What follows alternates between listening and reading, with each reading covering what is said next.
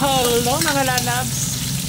Andito na naman tayo mga lalabs. Nagluto na naman ako ng nilagang baboy, mga puto sa baboy. Dahil Wednesday ngayon, yan ang napag-isipan ko na lutuin sa araw na to. So, syempre mga lalabs, yung bombay, sibuyas pala. Sorry, bombay kasi yan sa Bisaya. Yung sibuyas, luya, at saka bawang, yan ang igigisa natin muna sa kawali. Ayan. Hayaan lang natin mga lalabs na maging brown yung yung sangkap. Dahil mas masarap talaga pag maamoy mo na babango siya, pag medyo mababrown na yung sangkap natin na sibuyas, bawang, at saka luya.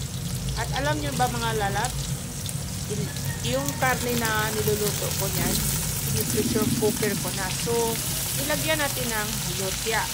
Kasi ang luya, masarap talaga yan sa nilaga.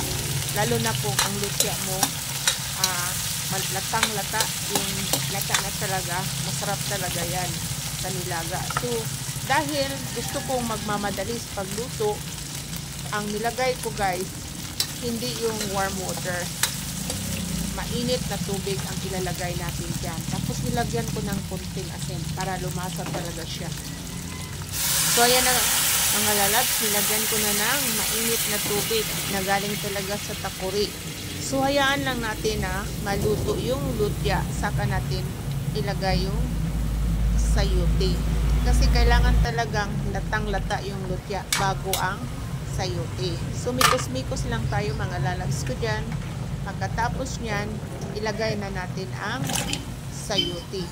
Make sure talaga yung mga gulay na lutuin natin, hugas na hugas talaga yan. Hinuhugasan ko yan ng 3 beses.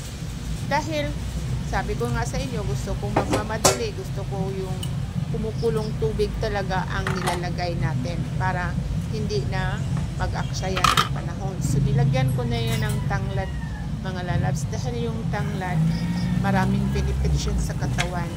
Yung tanglad na yan, makaalis yan ng high blood.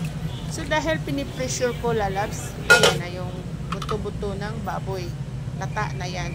So, ingatan ko na lang yan sa pag-mikos-mikos dahil lata na talaga yung baboy natin. So, hayaan lang natin na maluto na naman yung sayote natin. So, within 5 minutes mga lalab, maluto na yung sayote natin. Pila ka Shout out pala sa mga nag-review sa aking video. Salamat po sa inyong panood sa videos ko dito sa YouTube. So, ayan na mga lalabs, kumukulo na siya. Yung natin, yung nilagang baboy. Nilagyan ko yan ng paminta mga lalabs para maalis talaga yung langsi sa karne. Yung langsa sa karne mga lalabs, kailangan maalis talaga yan. So, ayan na guys, nilagyan ko na ng Ajinomoto yan. At saka nilagyan din natin ng sili na kulikot at saka sibuyas dahon. Kasi masarap talaga yung nilaga sa kulikot at sibuyas na dahon. Mabango at saka maanghang. Bukod sa luya, lagyan pa din natin ng sili na kulikot.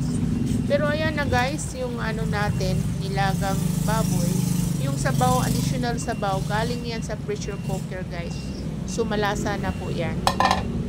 So, salamat po sa inyong mga comment dyan. Sana nagustuhan niyo yung recipe ko sa araw na to. Pabalik-balik na lang yung natin dahil yan talaga ang ulam namin. Every week kailangan maglaga ako ng baboy, maglaga ako ng manok, mag-adobo ako ng baboy, mag-adobo tayo ng manok. Ayan yung ilagyan ko ulit ng konting Ajinomoto. So, ayan na mga lalabs. Ko kasi parang na yung natin, nilagang baboy natin. Paki-comment na lang. Thank you very much for watching mga lalab. Mabuhay lahat ang mga vlogger. So, thank you so much.